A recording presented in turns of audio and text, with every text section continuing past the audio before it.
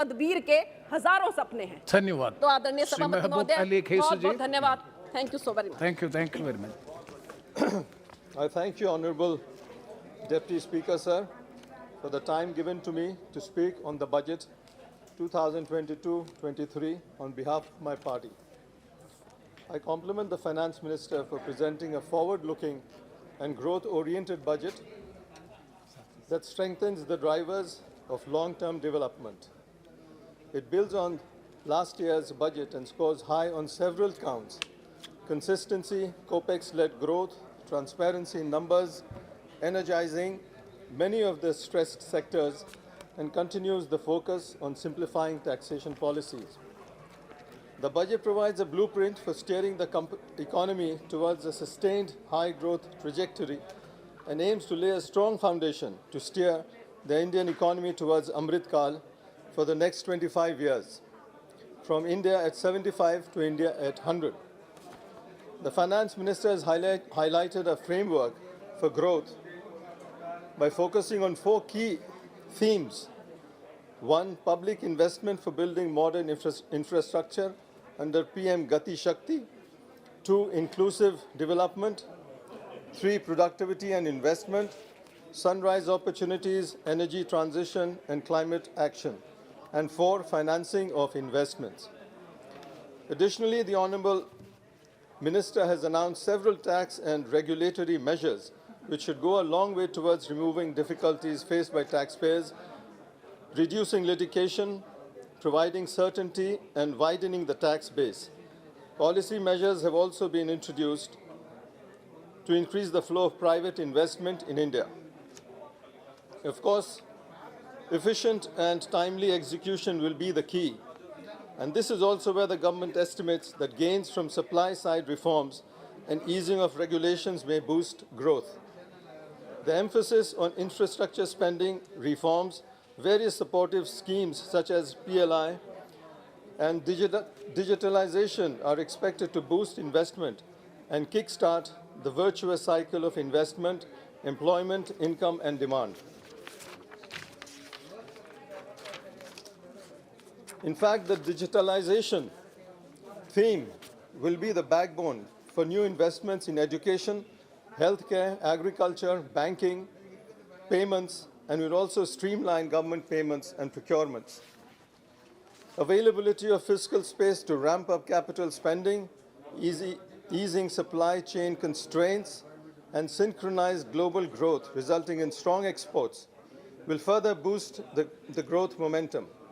A well-coordinated monetary and fiscal policy will ensure a sustained recovery, and measures such as swift payments, resolution of disputes and arbitration, and improved logistical efficiencies are likely to enhance the ease of doing business and boost investors' confidence.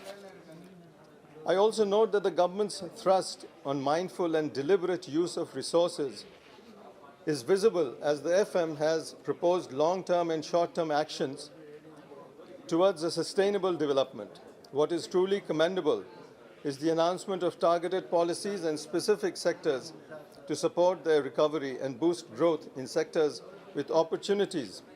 This will help improve productivity, reduce fragmented growth, and create job opportunities. The contribution of the pharmaceuticals and healthcare industry have been well acknowledged, especially the speed and coverage of vaccination and improvement in the healthcare infrastructure. The key announcements include creating a robust national digital health ecosystem through extensive use of technology and launching the National Tele-Mental Health Program. Mission Shakti, Mission Vatsalaya, Saksham Anganwadi, and Poshan 2 were recently launched to provide integrated benefit to women and children. Genomics and pharmaceuticals have been noted as sectors contributing to sustainable development. With this, the sector should benefit from the future government policies. There are several forward-looking measures in the budget 22. No, please try to conclude. Well, just 1 minute, sir.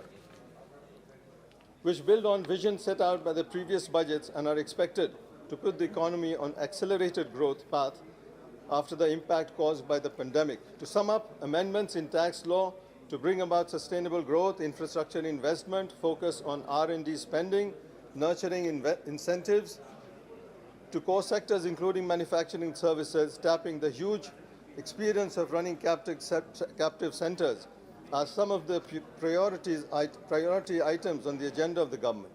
Ease of tax compliance, Yes. simplification and digitization are the cornerstones to enhance the ease of doing business in India. I remain optimistic towards sustained growth. However, I must caution the government that in a complex country with a huge population like ours, there is no place for complacency, much less hubris, and only sabka vishwas or sabka prayas can Dhanyawad. make us realize our dreams. A case in point, sir, is the absence of even the mention of the welfare schemes concerning the minorities, although the fact is that there are various schemes for their benefit. Example, the Hunar Haat scheme of the Minority Affairs Ministry, the modernization of madrasas, the exhortation by the Honorable Prime Minister to the students to hold the Quran in one hand and the computer in the other, etc. I remain optimistic, therefore, that in future the government will be more amenable towards the uplift of the minorities who constitute a whopping 25 to 30 crores of citizens of Yes. our great nation. Thank you, sir. Thank you very much, Sri Rajiv Pratap Rudy ji.